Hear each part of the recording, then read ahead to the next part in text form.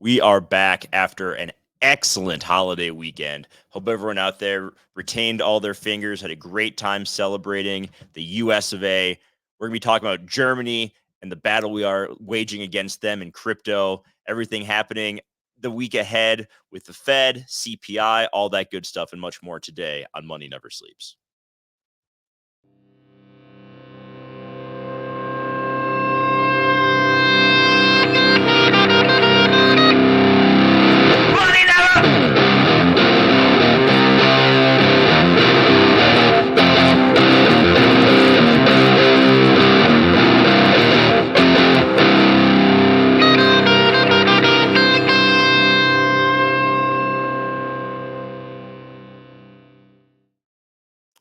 Thanks for joining us today, folks. As always, hit that like button. If you like what we have to say, subscribe to the channel. And remember that nothing that Kevin and I are talking about constitutes financial advice. So please do your own research and all that. Kev, we were here Friday. We had that 4th of July dump that we talked about. Tried to get a little bit back over the weekend. No such luck. Sunday erased all of the Saturday gains. Trying to fight back today. We have Germany selling its largest chunk of Bitcoin. Still holding a sizable amount. We have more concern over, what the Fed's going to do next.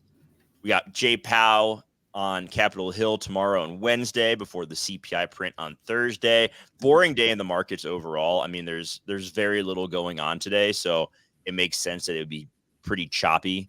But what are you focused on as we head into a crucial time in the markets? Yeah, I think logic. I don't know if that makes sense, but I think that's the one thing that I keep coming back to in this market. I'm not necessarily looking at the charts. There are things in the charts that I think that do constitute as logical and make sense in terms of what we're looking at. But I think right now we're seeing a bit of, I think, retail pushing the markets to the upside. Maybe not in crypto. Crypto is just everyone's taking fucking profits, a fire sale over there. Let's see if that ends up being a real, genuine balance, or it's going to be a dead cat balance. But I think in the equity markets, we're looking at retail pushing things a little bit higher beyond what they should. If I'm not mistaken, I believe 94% of the companies currently are in the stock blackout window, so they can't buy back any of their stocks. So everything that we're seeing on low volume last week was retail necessarily pushing the price up. We haven't had anything that's kind of being problematic for them. But in the buyback window, the blackout, they're still allowed to sell stocks, a lot of these institutions. So what I'm kind of thinking right now is that we're starting to see some of the volatility come back because retail is definitely coming into the market. Things are at all-time highs.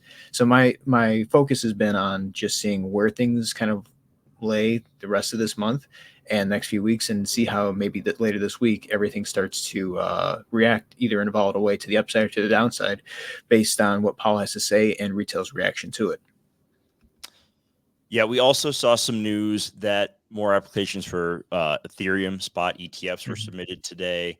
We'll see if anything comes to fruition there. What are you expecting from Powell tomorrow and Wednesday? Like, do you think it's the same? We're going to get Elizabeth Warren needing her FaceTime, bitching at him about the interest rates being too high. We're going to have a lot of other people who don't know shit about economics trying to impart their lovely opinions, which are always very useful. What are you expecting from Powell? I mean, for me, I don't know why it would be any different than what we've heard lately. Like, how many times are we going to hear totality of the data and that same old shit? But do you expect anything different from there? Like, do you think that he's going to have, try to be a little bit reassuring because times are getting tougher on the American family and the interest rates are absolutely impacting that? I think he backed himself into a corner, and this is his own fucking fault. How he has to react to this, right? They keep saying we're going to be data dependent. However, the data that they're looking at, we've seen has been revised. It's been shown that consumers hurting more than probably that they've been letting on. That the prices aren't necessarily going up. They say, however, people at the store probably disagree to pretty good measure. But I think that it's very hard to see Powell. And if he does, differ from the script that he's had for the past 12 months, 13 months or so, and he says that, we feel confident in inflation has come to, its peak, we're going to start getting close to that 2% terminal rate, then maybe that's something that we should be concerned about. But for the most part, I think he's going to stay somewhat neutral to the point where he's not going to let out too much, but at the same time, you're going to see that he doesn't really necessarily know where he is in this market, at least in terms of the interest rates. So what I expect is probably going to be another boring meeting, but I'm open to the possibility that there is a bit of concern in his voice regarding cuts, maybe as early as September. I mean, it'd be absolutely run for the fucking hills if he says that there's cuts at the July meeting, or they're hinting at cuts towards the July meeting, because that would just be something is broken significantly, and we're probably going to see some type of major Volmageddon type of scenario. But just to be conservative and say, how Powell has reacted in the past, I think it's going to be no different than what we've seen in months prior. Yeah, the markets are currently still pricing in 2 cuts this year. Not happening in July. Did you see this Citibank though? Citigroup? No. What did they say? Starting September, 8 consecutive rate cuts, 25 basis points each. That's their assumption. That's their prediction. Okay.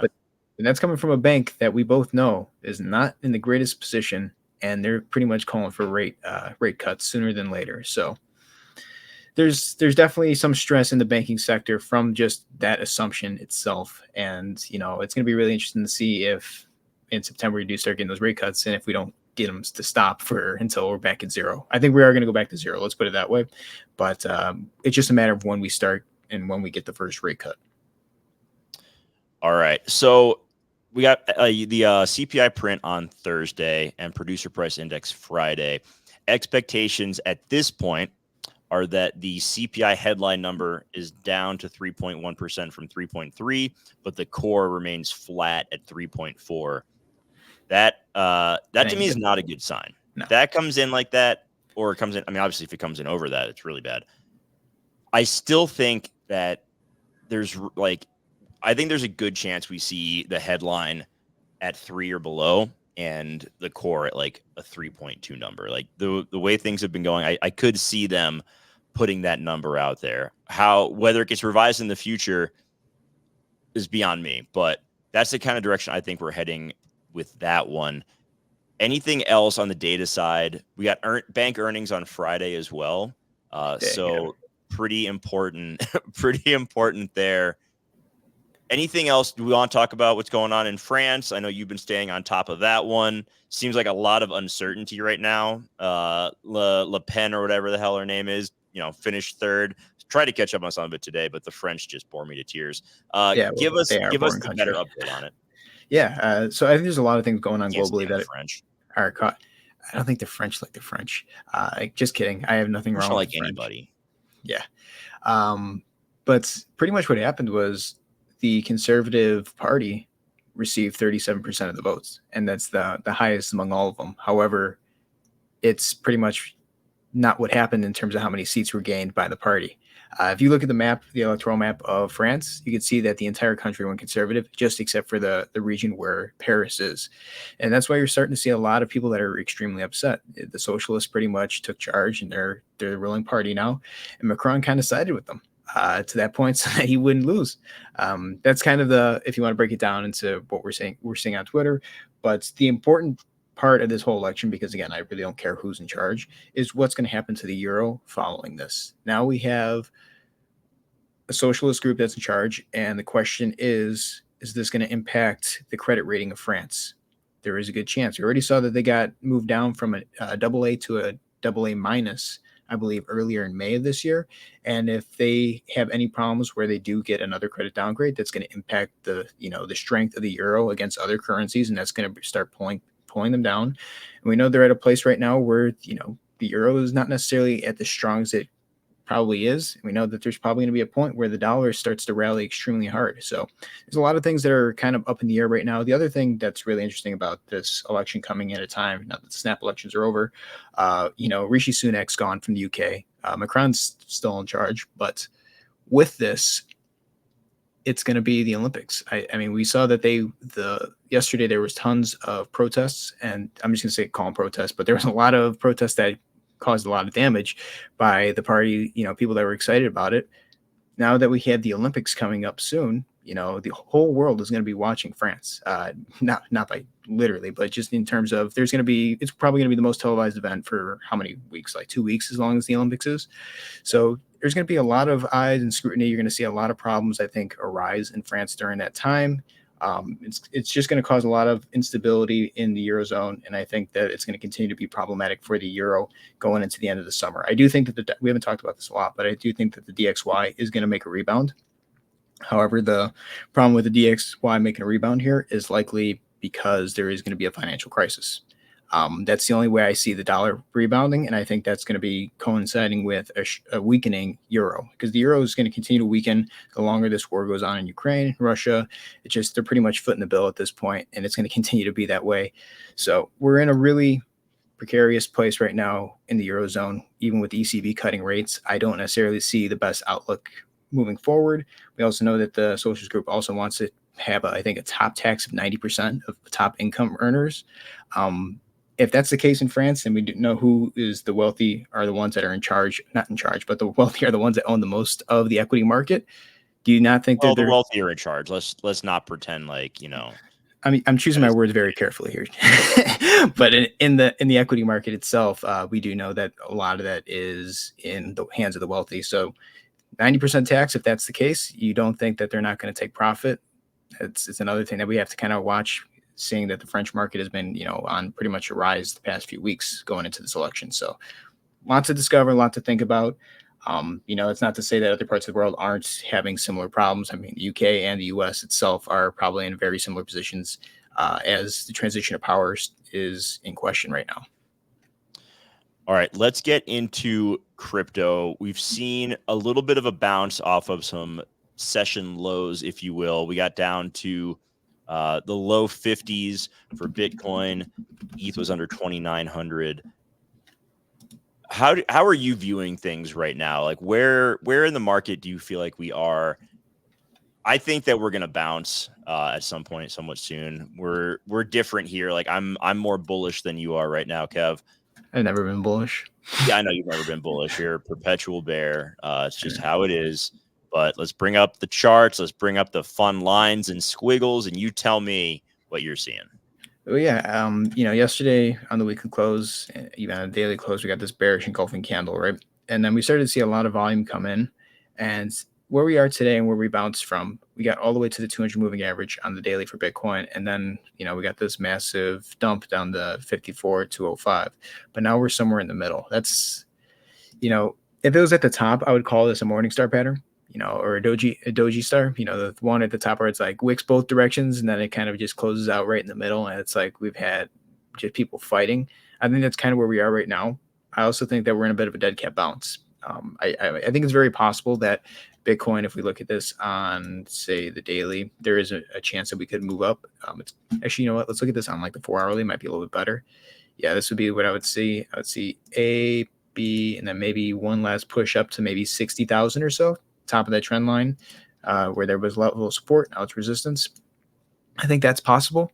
But I don't know if we're going to have much more that's going to push us north of that. There's a lot of bullish news, and we'll talk about this when we get into TradFi before we wrap up today. But there's a lot of bullish news that gets retail really excited, right? I think the spot ETF, applications. I didn't see who it was. Do you remember what firm it was that? I mean, I know Van Eck resubmitted theirs, and there was a couple others. So, like, those are bullish headlines, right? You would think that the market would get excited because look what happened last time when all these companies started putting up, their applications, got approved all together at the same time back in January. So you'd think that maybe this is the second time around. This could get a lot of people back into crypto. Looking at ETH right now, doesn't seem like there's a lot of strength in ETH. We're below the 200 moving average, and I said that that's kind of a death sentence, especially if you are bullish. You might get these dead cat bounces. You might get this bounce above it, but if you've broken below it once, there's no guarantee that you're not going to break through it for the second time. I mean, you could definitely dump even harder and try and find level of support. You were talking about the McDonald's pattern. You could see it on Bitcoin and Ethereum on the daily, right? I mean, see if I can get this thing. You would see it like that. There you go. You gotta go to the weekly, the golden arches. The weekly's got it too. Let me get rid of this. I just drew fucking Send gold everywhere. Bitcoin, we go back down. It completes it when we go back down to about 42.5K. Yeah, it's Bitcoin, Ethereum for me when we complete the golden arches, somewhere around 600 or so. But for Bitcoin here, Yeah, this is where we would be. 4,200, you said? 4,100, right around here? 42.5K. Yeah, right Is there. right on the weekly when we be completing the yeah, there it Put it is. right. There we go. Let's just make a We're line not going here. to get there, though. It's not going to happen. We're not going to get down to 42.5. Who knows? Who knows? Peter Schiff does. But yeah, this is right. You and Peter Schiff can go fly a fucking kite.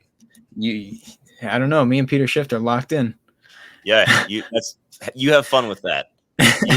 You know, this is I want you to take a good hard look in the mirror once we get done with this and be like, you're going to be on the same side of this as Peter Schiff, and really think about that for a second, Kevin.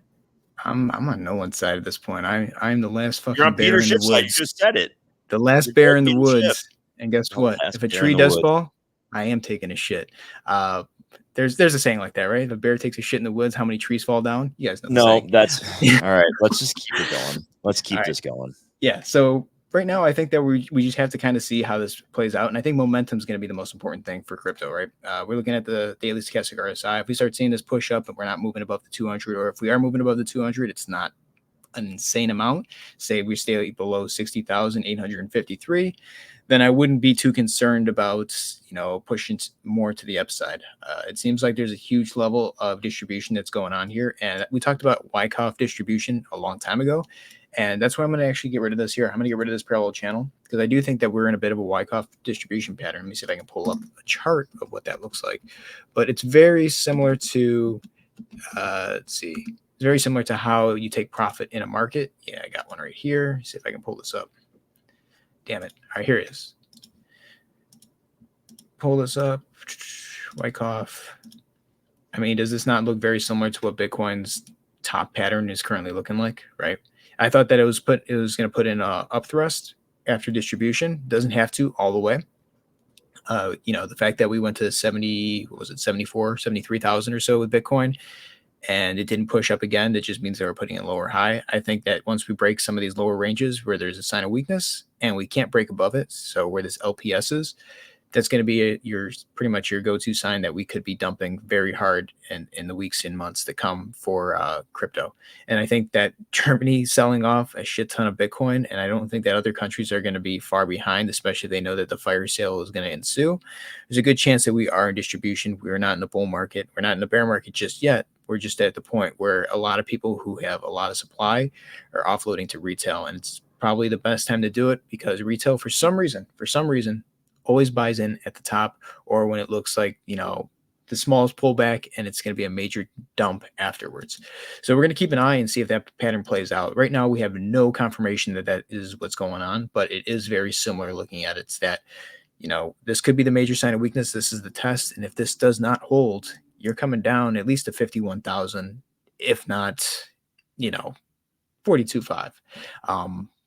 And again, once you get to 42.5, enough people get spooked and say things are going wrong in equity markets or in the monetary system, you're going towards that 38K where a lot of people were buying the ETF. And then the Peter Schiff scenario, the theory that a lot of people would sell off, becomes more likely. It becomes more of a possibility that we could really see.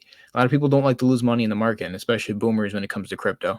They'll say it's a fucking scam after they were pretty much wrote it to 70,000 and then they write it all the way back down to 38. Guys, I've seen crazier things happen. I think that's more of a possibility that we could genuinely see. Now, going real quick into the alt market, I still believe that alts are fucked. I'm sorry to say that, but you're just in a very, very bad place for alts, just giving how strong Bitcoin currently is against the rest of the market. I mean, it's at 54.69, but you also have USDT that's fairly strong, and then ETH's dominance has gone up today as well. But for something like Total 3, I mean, the death cross is looming. You would need to push up significantly to get above that to prevent it from happening. You would need to literally pump at least 6.5% to hit the 200 moving average on the daily, and about 7% and hold above 7% in order to prevent this death cross from happening. Now, it's possible that we do get the bounce going into the death cross. It always happens, and trying to prevent it, but that might be your last chance, and that might be the distribution mode for that Wyckoff pattern where you see a lot of people take profit, and retail just ends up buying into the pump and then they get dumped on. And we know that alts have been way more volatile than Bitcoin itself. I mean, you look at this, we went all the way down to about $510 billion, all the way. That's 790 was the height of this move in this cycle. It's 35, almost 36% down. There's a good chance that a Bitcoin drops more. I mean, we could see alts drop, three times the amount that Bitcoin drops in percentage terms. So just keep an eye on that. It just, I keep seeing people saying it's alt season. You have no confirmation that that's actually happening. So just reality check. All right. What else in TradFi do you want to look at? One thing that I've talked about the housing market a lot, but I still am paying very close attention to that. I'm hearing more and more. This is anecdotal stuff, just people I talk to, like struggling to sell homes, struggling to get under contract because there are contingencies for the buyer to have to get under contract on their house they're selling, and they can't sell their house. So it's like the housing market is kind of a mess at the moment, and I still think, people made out like bandits in '08 who were ready to cash in on foreclosures and things like that. Not the worst idea to maybe try to allocate a little bit toward the real estate portion of your portfolio, or at least be prepared for that in the months ahead. So just want to toss that out there because it's been on my mind a lot. But let's look at TradFi. Let's look at NVIDIA, which you got pulled up here. Any of the other Magnificent Seven, or however many, 8 or 9 or however many. Yeah, absolutely. I completely agree with you on the housing situation as well. I think that lends really well to cash because you will not be able to get a loan as easily in the months to come, even if rates are cutting back to zero, just the way it is. But people are going to be hurting, and they're going to take any offer they possibly can. It's going to be a fire sale, and I do think that's going to offer people who are prepared the best opportunity to get pretty much 2008 level property values in a world where the Canadian housing market is just absolutely fucked crazy to the point of 30 years of just nonstop up only. So just a word on that. But NVIDIA is the one that I wanted to keep an eye on because this is doing something really weird. And, I racked my brain all weekend. Jensen sold another $30 million of stock on Friday. Nancy Pelosi bought spot. I can't. And then I look at the charts and I'm trying to do this, maybe this is stupid of me, but to do technical analysis on NVIDIA, I'm looking at this and I'm like, why is NVIDIA acting like this right here, right now? You're pushing up, you got low volume. The stochastic RSI looks like it's about to come out of the oversold into, into the middle range. But then look where we hit this morning. This is the thing that really freaks me out. We went all the way to this top channel and then got rejected. I can even pull this up a little bit more. Yep, look at that. It's perfect. This is a technical trade, 100% that's going on in NVIDIA. It's kind of scary. It's kind of scary to see how this is playing out. And if I remember we talked about this last week. We talked about this on the shorter time frames. This 5-way move to the downside. I'd have to go into the hourly to show you guys that. But just right here, A, B, C, corrective pattern. Volumes are dying. Price is pushing up on the 4-hourly. Extremely overbought on the stochastic RSI. Are we literally going to see this absolutely be a fake out and we push up into like 135, 138 and you get a bit of a squeeze? Or is NVIDIA for the first time since, say, Memorial Day of last year, 2023, kind of trading technically? I'm very interested to see how this plays out because it's hitting these levels like 1-for-1. And that's kind of scary because that means that, okay, all bets are off. We could be in a place where this kind of insanity where, I talked about this a long time ago, when the money runs out and these institutions aren't able to borrow at cheap values and they're pushing the market up and you're not necessarily getting the same percentage rate of returns. There makes no sense to just keep pushing, funneling money into some of these equities just because, the risk reward just gets out of whack. And I think right now with at a $3.15 trillion market cap, yeah, I think your risk reward is going to be out of whack looking at NVIDIA right now, especially if rates remain elevated. You're not going to see as much money kind of flow in. And it's very similar to what we're seeing across the board. We're seeing, Apple and Tesla, a lot of that money that came out of NVIDIA went into both of those and pushed them up. So I'm very interested to see how this plays out. But the thing that's really interesting is that UBS came out today and raised their target to 150. And this is kind of my theory that they're getting retail trapped in here because that does nothing for anyone, right? NVIDIA's price goes to 150. Okay, sure. It costs nothing to say that. But you will get a lot of people who are watching CNBC, Fox Business or any of those, and they're going to be like, well, maybe this is a good chance to get in the trade. It's at 127 right now. Maybe I should buy in. It just seems like they're optimistic at the worst time, and they said that they're going to climb the wall of worry despite whatever the market cap is, because Nvidia just has that ability to grow that much in so and so period of time. So I think right now what we're seeing, at least amongst the top 7 of the stocks, are a lot of FOMO, people getting in thinking that we're actually going to break out of this and keep pushing upwards. And I know a lot of people are actually even afraid that inflation is going to keep rising, so the equity market's going to keep rising. That's what we're seeing in Germany and some of these other countries in the world in their equity markets in the past 2-3 years. But with this, I'm very, very excited to see how this plays out for Nvidia, because this makes no sense to me. And it's the most logical thing ever, because Nvidia has been the most illogical stock out of pretty much all of them, at least the ones that are holding up the entire market. And I want to see how this plays out, because this breaks down what we're seeing right here.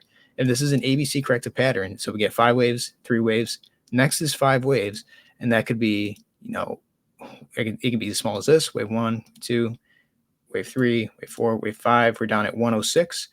Or wave 3, if this is a 5-way move to the downside, could be massive. And this could be the thing that gets us down to that 76 level that we were talking about, where there's, a major gap. And, we could have an extension. We can get to the point where we're like right here. Let's see, maybe like right around here.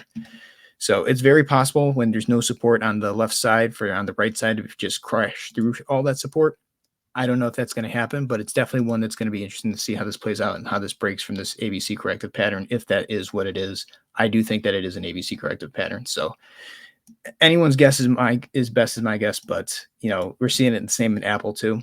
Huge level of just a massive gap. There's no support here. Same thing up here.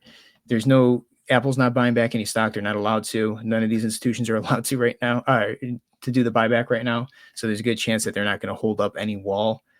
Is retail coming in on this Tesla trade because they got really excited because they just saw green candles straight up only, overbought on the stochastic RSI.